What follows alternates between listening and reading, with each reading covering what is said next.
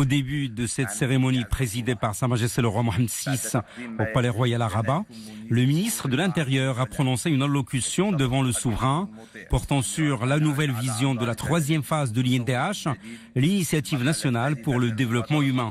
Vision élaborée sur la base des hautes orientations contenues dans le discours du trône du 29 juillet dernier pour la poursuite de l'action dans un cadre de coordination et de convergence pour le lancement de la troisième phase de l'INDH.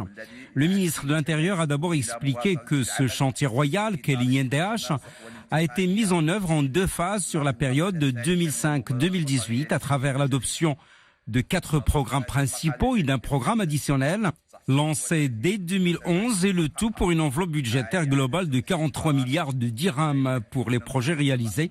Il s'agit du programme de lutte contre la pauvreté au milieu rural qui a bénéficié à quelques 702 communes territoriales. Le programme de lutte contre l'exclusion sociale en milieu urbain au profit au total de 532 quartiers. Le programme de lutte contre la précarité. Le programme horizontal au profit des catégories cibles et le programme lancé en 2011 qui a visé 3300 douars enclavés répartis sur 22 provinces. Au total, l'INDH, l'Initiative nationale pour le développement humain, a permis la concrétisation de 43 000 projets entre 2005 et 2017. Et pour la troisième phase, elle visera 6 axes d'intervention.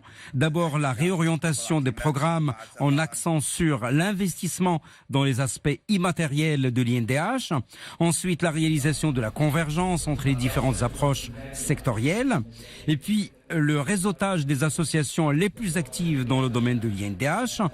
Et enfin, la pérennisation des investissements des projets en plus de l'efficience dans la gestion des programmes.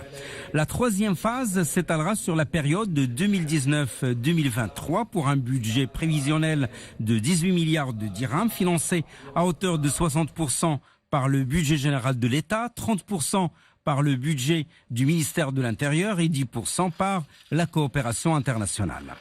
Par la suite, le ministre de l'Intérieur a remis à Sa Majesté le roi Mohammed VI 2 coffrets contenant notamment la proposition de la plateforme relative à la troisième phase de l'INDH. Sa Majesté le roi Mohammed VI a présidé par la suite la cérémonie de signature d'une convention cadre portant sur l'appui à la scolarisation et à la lutte contre la déperdition scolaire en milieu rural. La troisième phase de l'INDH sera basée sur une gouvernance créative et innovante pour plus d'efficacité des programmes et des projets. Une phase qui aura comme pilier le renforcement de la culture de la participation, le renouvellement des outils de gouvernance et la gestion intégrée des projets de façon à garantir la convergence entre les différents programmes sectoriels. À l'issue de cette cérémonie, Sa Majesté le roi Mohammed VI a offert une réception.